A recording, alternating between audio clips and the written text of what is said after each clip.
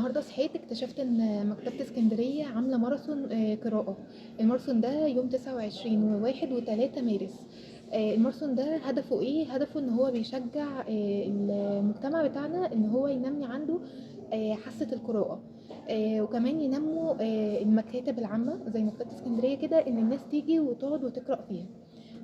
الماراثون ده كل ما بتقرأ 100 صفحة المركز مطالب ان هو يزرع شجرة جوه المكتبة.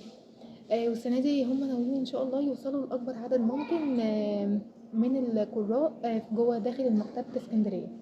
قررت ان انا انزل واشارك في الماراثون دوت واكون جزء من القراء اللي هم شاركوا فيه. هنا بقى انا كنت جهزت وخلاص نازلة. أنا قطعت تذكرة للمكتبة، التذكرة للطلاب ب5 جنيه وغير الطلاب 10 جنيه وللأجانب ب150 جنيه. دي كانت شكل التذكرة. هنا بقى كنت رايحة أسجل علشان أدخل الماراثون. بعد ما سجلت مع مسابقة اقرأ سلموني كتيب صغير كده وكتيب كبير واي دي ده المفروض هتجول بيه جوه مكتبة اسكندرية. النهارده المكتبة كان فيها عدد كبير جدا من القراء وكمان من الطلاب اللي جايين يذاكروا، وحقيقي المنظر كان مبهج جدا واتمنى المكتبة تبقى كده على طول. تاني حاجة بقى دي الحاجات اللي انا استلمتها من المسابقة والاي دي كنت لابساه. اول حاجة الكتيب ده كان عبارة عن ايه؟ اول ورقة فيه كان عبارة عن اسمي ورقم التسجيل. رقم التسجيل ده كان الهدف منه ان هم يعرفوا انا قعدت كام ساعة جوه. تاني ورقة على طول بقى ماراثون اقرأ، كانوا عاملين ملخص بسيط عن الماراثون بحيث اللي هو مش فاهم ايه هو الماراثون او هو عبارة عن ايه يعرف من الورقة دي. بعد كده دي اول ورقة بتاعت اليوم الاول، احنا بنكتب عنوان الكتاب وعدد الصفحات اللي احنا قريناها. تاني حاجة بقى دي بتاعت اليوم التاني ودي بتاعت اليوم التالت. زي ما قلتلكوا احنا مش مجبرين ان احنا نحضر التلات ايام، بس هو احتياطي.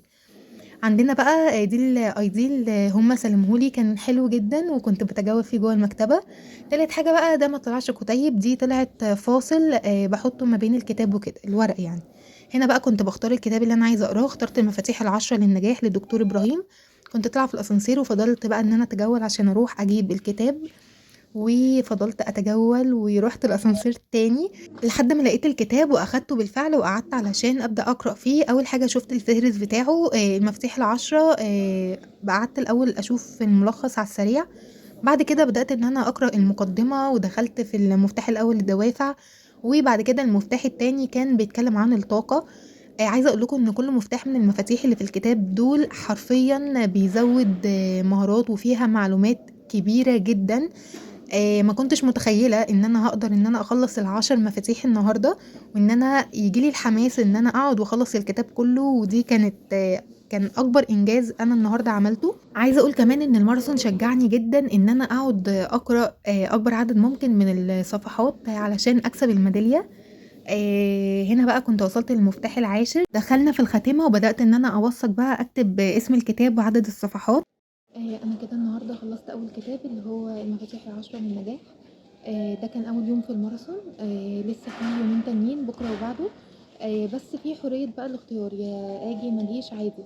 فدلوقتي أنا المفروض رايحة أسلِّم الsheet اللي أنا كتبت فيه وتابعوا معايا. هنا بقى وأنا في طريقي وأنا رايحة أسلِّم الsheet علشان نشوف الإنجاز اللي إحنا عملناه النهارده.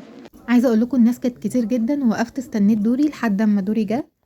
بما إني رُحت لوحدي فاتصورت سيلفي جنب البانر. دي بقى الميدالية اللي أنا خدتها كنت مبسوطة بيها جدًا.